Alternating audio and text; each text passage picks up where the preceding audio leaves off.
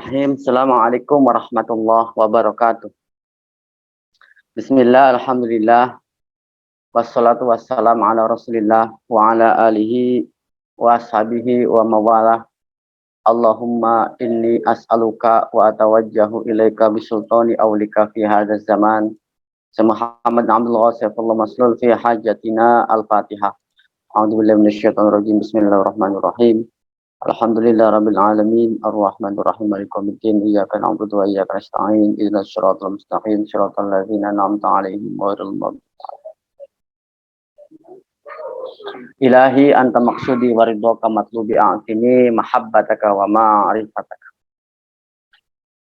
Para pecinta kesucian jiwa, para wakil talqin yang hadir, para ustaz, para mubalik, para kiai, para petugas manakib yang hari ini kita sama-sama berbahagia, seluruh para pecinta kesucian jiwa yang hadir manakib ini yang sama-sama di bulan yang penuh berkah, di acara yang penuh berkah, kita perlu meningkatkan rasa syukur kita kepada Allah karena sampai hari ini kita diberikan oleh Allah kekuatan lahir batin melalui wasilah karma pengersa Abah untuk terus istiqomah dalam mengamalkan, melestarikan kalimat la ilaha illallah dan kalimat ismuzat yang ditanamkan dalam kalbu kita untuk dawam kita bersama Allah Subhanahu wa ta'ala. Alhamdulillah. Ibu bapak sekalian para pecinta kesucian jiwa, kita tiada henti, tiada bosan manakib di mana-mana baik online atau offline. Artinya sebenarnya kita sedang menjiwai manakib. Sebagaimana Abah Aos juga menjiwai manakib berpuluh tahun. Bahkan dalam sejarah Abah Aos mendapat tugas membaca manqobah selama 4 tahun di Pondok Pesantren Suryalaya. Artinya apa? Beliau menjiwai manqobah dan dijiwai oleh manqobah. Sama juga kita hari ini yang membaca ayat suci Al-Quran yang begitu merdu sedang menjiwai ayat-ayat Al-Quran. Dan Al-Quran menjiwainya, insya Allah. Yang membaca sholawat sama juga sedang menjiwai sholawat-sholawat torikiyah dan dijiwai oleh doa-doa sholawat torikiyah. Dan juga yang membaca tanbih sama sedang menjiwai tanbih. Yang membacanya karena telinganya lebih dekat dengan mulutnya adalah pertama kali yang menjiwai tanbih dan orang-orang yang mendengarkan suara tanbih seperti kita semua. Membaca tawasul sama roh hadir di situ, para suci hadir. Artinya apa? Kita sedang menjiwai daripada semua roh suci yang kita tawasuli. Silsilah seluruh yang hadir termasuk guru kita pengersa Abah Aos, dan kita pun dijiwai oleh para roh suci.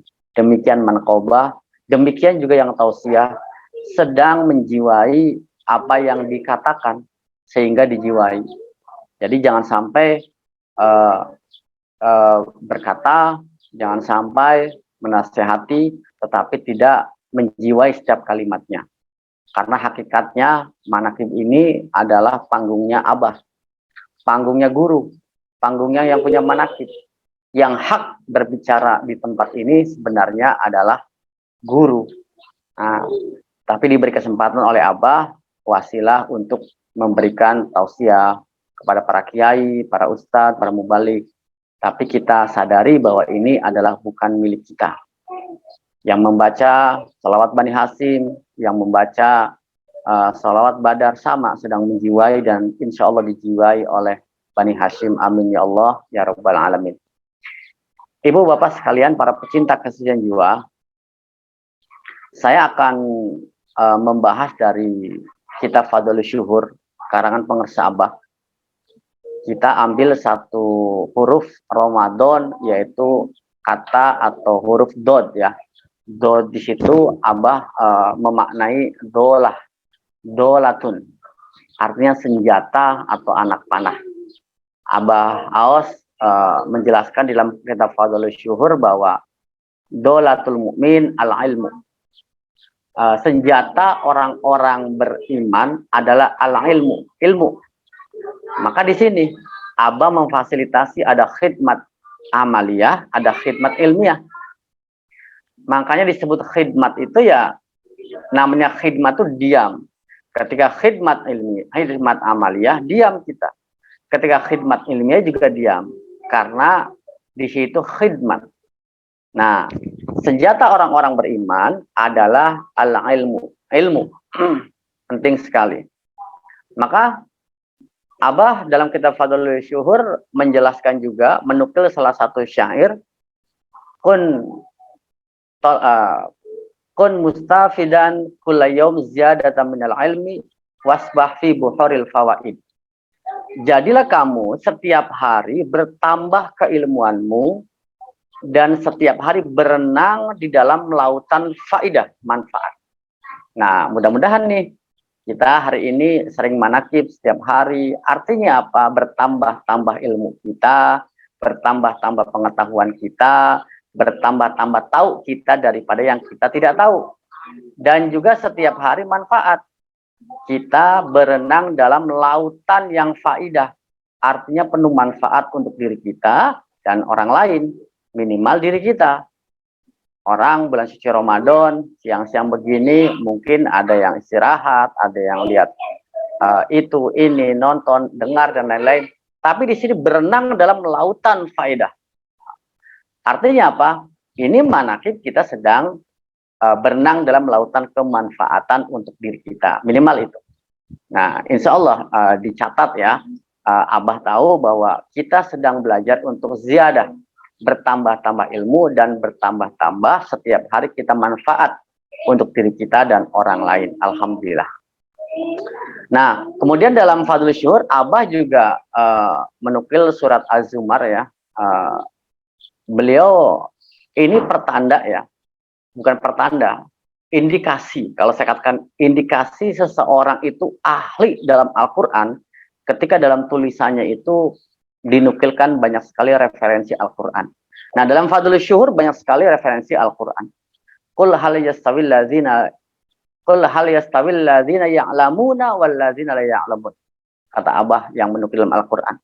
Katakanlah apa sama orang yang tahu dengan orang yang tidak tahu. Nah, tentu berbeda kan?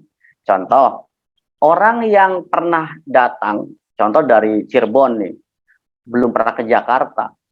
Yang satu datang ke Monas, melihat Monas, sampai naik ke atas, pulang. Gitu. Yang satu hanya taunya itu dari informasi. Belum pernah datang ke Jakarta, lihat Monas, memegang Monas, dan duduk di Monas. Sama tidak? Tentu berbeda. Orang yang tahu dengan orang yang tidak tahu berbeda. Artinya apa? Dia mengalami secara visual, dia mengalami secara kinestetik, dia mengalami seluruh anggota badannya merasakan hadir di situ di Monas. Nah, jadi berbeda gitu ya. Sama juga orang berzikir. Zikir itu nikmat, zikir itu merasakan sehat. Berbeda yang tahu dan yang tidak tahu. Yang benar-benar sudah melakukan zikir, talqin zikir sampai dia mengamalkan tentu berbeda dengan orang yang tidak mengamalkan. Nah, maka agar kita tahu nih gimana caranya, maka kita amalkan. Maka saya sering berbicara ke teman-teman saya, orang yang dia hanya pandai ngomong tentang ilmu zikir, tapi dia tidak mengamalkan, merasakan, capek gitu. Artinya apa? Meyakinkan orang untuk tahu itu nggak mudah. Jadi itu capek sekali memahamkannya gitu, orang yang tahu dan orang yang tidak tahu gitu. Nah, maka itu bedanya ketika kita melakukan zikir daripada katanya, zikir itu nikmat seperti itu. Nah, ini penting sekali ilmu ini. Jadi orang toriko itu tidak hanya amal, makanya motivasinya apa? Ilmu amaliyah, amal ilmiah. Punya ilmu diamalkan, beramal pakai ilmu. Nah, jadi kalau seandainya kita punya ilmu, tapi nggak diamalkan, maka berbicara agama, berbicara Al-Quran, berbicara hadis, di mana-mana pandai, berbicara ilmu tasawuf, tetapi dia tidak mengamalkan. Seperti orang, dia punya minuman mineral yang sangat jernih. Dia cerita bahwa ini air membuat kita segar, membuat kita sehat. Di dalam air ini ada molekul yang menyehatkan. Dia cerita kejernihan air, ditanya, Mas udah minum belum airnya? Belum. Ini namanya dia tahu teori air itu sehat, tapi dia tidak mau atau tidak melakukan, tidak meminumnya. Itu artinya apa? Dia berilmu, tapi tidak mengamalkan. Nah makanya, di situ kita lihat, zaman Rasulullah banyak sufinya. Walaupun ilmu tasawuf bergesernya beberapa abad kemudian. Tetapi sekarang orang ahli ilmu tasawuf banyak sekali, tapi sufinya sedikit. Nah ini, maka penting kita seimbang ilmu amaliyah, amal ilmiah. Bukti bahwa torikoh kita, ajaran kita penting ilmu juga, kita lihat Abah Anom. Abah Anom mendirikan Institut Agama Islam Latifah Mubarakiyah, kampus dari TK sampai ke tingkat SMP, SD, SMP, SMA, sampai ke perguruan tinggi. Abah Aos di Sinarasa mendirikan dari SD, SMP-nya ada MTS, aliyahnya sampai sekolah tinggi ilmu dakwah Sinarasa. Ini artinya apa? Abah juga penting seimbang secara keilmuan, tidak hanya amal. Jadi jangan salah, thariqah itu tanpa ilmu, tanpa syariat, hanya ihsan saja, hanya zikir saja. Lihat, datang, buktikan. Di Sinarasa pun dikaji ilmu secara ilmiah. Sehingga apa? Inilah seimbang gitu. Bukti bahwa ternyata keseimbangan itu diajarkan oleh guru. Kita lihat pengersa Abah Aos. Abah Aos tidak hanya ahli ilmu tasawuf, tetapi ahli ilmu fikih, ilmu syariat, ilmu tauhid. Buktinya apa? Abah pesantren bertahun-tahun. Sampai kiainya bilang, nah kalau istilah bahasa saya itu, sudah selesai, sekarang saatnya pergi cari pesantren lain. Saking habis ilmunya diambil, dipelajari. Nah artinya Abah juga dalam sejarah betul-betul, beliau juga ahli ilmu. Menikmati ilmu, belajar ilmu sampai mendalam, ilmu fikih. Makanya saya punya pengalaman ada satu komunitas di daerah Yogyakarta, komunitas saya adalah para akademisi. Ketika saya cerita tentang tarekat, tentang torikoh, mereka menolak. Dia bilang apa? Torikoh itu nggak berkemajuan. Torikoh itu tidak progresif, kata teman-teman saya. Kenapa? Karena dia mendahulukan amalia zikir, tetapi tidak berilmu. Gitu. Apalagi syekh-syekhnya. Syekh mursyidnya itu, dia hanya zikir, tapi melalaikan, mengabaikan nilai-nilai syariat. Maka saya buktikan bukti-bukti sejarah, ada buku tentang ada satu penelitian dari UGM jurusan peradaban ya, budaya peradaban, menulis tentang Abah Aos. Saya buktikan ini penelitiannya, seorang mahasiswa dari UGM. Ketika dia baca, ternyata bagaimana Abah menguasai ilmu banyak sekali. Dari ilmu fikih, ilmu mantik, balagho, sampai ilmu-ilmu keilmuan yang bertebaran gitu ya, Abah pelajari sampai ilmu tasawuf. Akhirnya teman-teman saya yang akademisi itu bilang, wah ini beda nih kalau begitu. Dan alhamdulillah belajar zikir kepada pengersa Abah karena melihat keseimbangan. Nah maka di sini, ikhwan akhwat rahimakumullah, pelajaran buat kita, jangan sampai kita nanti beramal tanpa ilmu. Contoh beramal tanpa ilmu, rajin sholatnya, waktu azan subuh, sholat subuh, ternyata sholatnya 4 rakaat. Ditanya, kamu sholat subuh? Iya. Kenapa 4 rakaat? Saya sedang rajin Pak, jadi saya daripada 2 rakaat, sedikit saya 4 rakaat saja. Nah, ini namanya beramal tanpa ilmu gitu. Mentang-mentang lagi rajin, sholat subuhnya 4 rakaat. Gitu. Nah, ini hati-hati gitu ya. Nah, ini jadi fitnah nantinya gitu ya. Kita tahu seandainya, kenapa kamu sholat zuhur? Iya tadi sholat zuhur, berapa? Saya lagi males Pak sholat zuhurnya, 2 rakaat aja gitu. Itu juga nggak bisa. Artinya ada aturan-aturan keilmuan yang diatur secara fikih. Nah maka ini kita penting, jangan sampai kita sebagai murid Abah tidak seimbang gitu. Abah juga secara keilmuan luar biasa. Maka bukti khidmat amalia, khidmat ilmiah. Tolatul mukmin al-ilmu. Senjata atau anak panah orang beriman kata Abah adalah al-ilmu. Ilmu banyak sekali. Asal kita mau mendengarkan. Di era sekarang, di era internet, Masya Allah. Di era internet ini saya mengatakan seperti banjir. banjir informasi. Yang namanya banjir, ibu bapak lihat, ada apa banjir situ? Ada yang manfaat, ada yang tidak manfaat. Ada plastik, ada batu, ada ikan, ada limbah, semua ada gitu. Semua kebaikan ada, semua tidak kebaikan ada, keburukan gitu. Itu banjir. Banjir informasi sama. Ada ilmu pengetahuan, ada YouTube, ceramah, ada manakiban online gitu ya. Tapi ingat, ada radikalisme, ada pornografi, ada porno aksi, ada LGBT, banyak sekali banjir informasi. Nah, itulah dunia internet kita hari ini. Nah, artinya apa? Kita bersyukur nih, salah satu kita mewarnai daripada dunia internet kita dengan manakiban ini.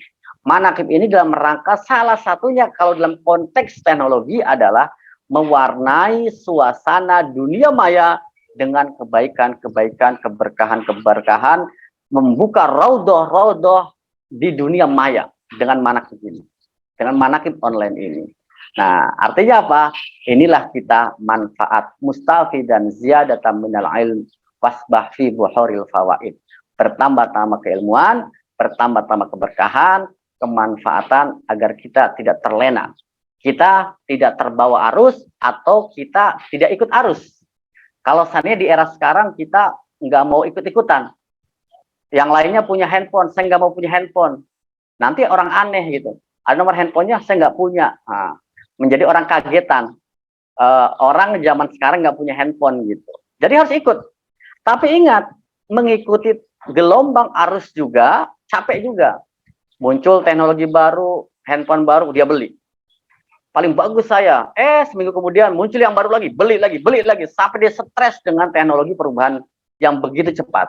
Nah, maka solusinya adalah surfing on the chaos gitu ya. Berselancar di era globalisasi. Berselancar di gelombang globalisasi. Inilah kita diajarkan Abah tuh berselancar gitu. Kita boleh fisik kita ini kerja, kita bergelimang dengan kemewahan, kesenangan, tidur enak, tapi tetap kolbu kita hanya milik Allah. Yatir katoir Allah, terbang bagaikan burung kepada kekasihnya. Itulah kita diajarkan Abah. Abah tidak melarang kita makan enak, tidur enak. Ini luar biasa. Keseimbangan gitu. Antara ilmu dan amal itu seimbang betul gitu ya. Sekarang manakib, ada yang di jalan, ada yang di rumah, ada yang di kantor, ada yang di Indonesia, di luar negeri, bebas dimanapun. Inilah kita mujadidnya pengersa Abah, pembaharu. Bahwa Toriko hari ini yang dibawa pengersa Abah adalah sesuatu yang bisa masuk ke area sekarang. Polanya berbeda dengan pola orang bertorika zaman dulu. Mungkin zaman dulu ketika seorang sufi bertoriko, dia harus pakai jubah, dia harus pakai pakai udeng gitu ya, di pojok jauh dari keramaian, di hutan dia bertapa gitu ya, bajunya dekil in the kumel gitu ya. Nah, itu sufi-sufi zaman dulu kalau kita lihat gitu. Tapi kita nggak tahu sufi-sufi zaman sekarang. Sufi-sufi zaman sekarang mungkin saja dia duduk di balik kantor, di balik layar laptopnya, dia pakai sangat profesional, pakai jas, maka muncul sufi-sufi korporat gitu ya. Inilah kenapa? Karena ditanamkan kalimat zikir gitu. Jadi kata Abah, ketika kita ditanamkan kalimat zikir, maka dia menjadi kekasih Allah. Nah, artinya apa? Kita siapapun, dimanapun, apapun profesinya, kita nggak mesti selama bulan suci Ramadan kita kholwat aja. Kita itikaf aja di masjid 24 jam sebulan penuh. Nanti gimana Pak yang kerja? Nanti dipecat dan lain. Abah sudah kasih solusi. Zikir yang ditanamkan di dalam kolbu itulah kita bisa kholwat, beruzlah, kita bisa i'tikaf setiap hari walaupun kita di balik layar laptop kita. Kita kerja di lapangan, tetap kita bisa dengan zikir itulah. Nah, maka subhanallah, alhamdulillah kita bersyukur dengan thariqah kita, dengan tasawuf kita, dengan ilmu guru kita yang luar biasa memodifikasi, menstrategikan bagaimana thariqah ini, tasawuf ini diterima oleh generasi-generasi yang terus berubah dan berubah. Dulu generasi kolonial, dulu generasi zaman baby boomers gitu ya. Tesusi nggak tahu nih generasi milenial atau baby boomer, saya nggak tahu gitu ya. Masuk generasi milenial, masuk generasi Alpha Z, tentu berbeda pola dakwanya. Dan ini luar biasa. Toriko kita, tasawuf kita bisa masuk ke semua generasi. Alhamdulillah. Itu semua karena kehebatan ilmu guru kita dan kehebatan amaliyah guru kita. Mudah-mudahan kita semua yang hadir hari ini selalu diberikan oleh Allah keistiqomahan untuk terus ilmu amaliyah, amal ilmiah. Kita tidak bosan-bosan belajar setiap hari, tidak bosan-bosan kita beramal setiap hari, karena kita sadari kita banyak kekurangan, banyak yang butuh dari orang lain, dari tambahan-tambahan ilmu kita, motivasi-motivasi kita untuk terus bisa mengamalkan ajaran ini. Karena motivasi itu penting, tidak hanya dari diri kita, dan juga dari eksternal luar kita, agar kita semangat untuk mengamalkan thariqah ini. Maka penting, manaqib ini adalah salah satu cara bagaimana memotivasi kita untuk istiqomah semangat dari area eksternal, yaitu dari luar diri kita. Karena kita sadar, kadang kita naik turun, kadang semangat, kadang tidak semangat. Wajar, manusia, kita bukan malaikat. Dan kita masih murid.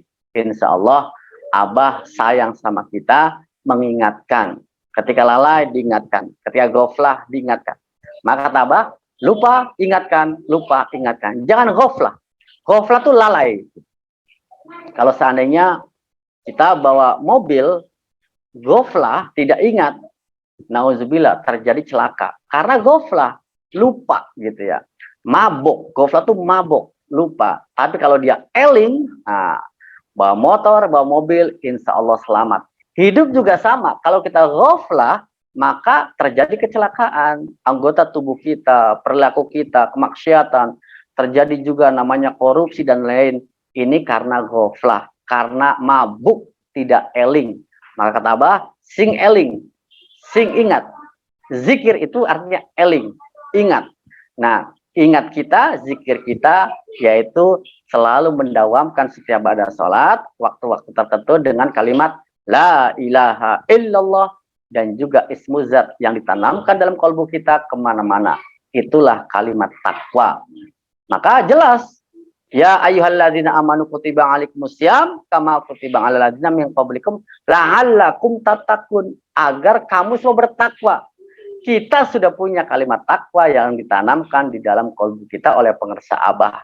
La'allakum tattaqun, itulah takwa yang sudah ditanamkan. At-taqwa hahuna, at-taqwa hahuna, at-taqwa hahuna. Takwa itu di sini, di sini, di sini, di dalam kalbu kita.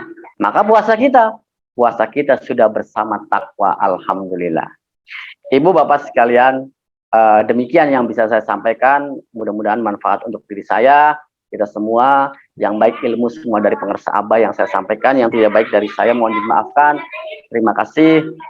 Wassalamualaikum warahmatullahi wabarakatuh.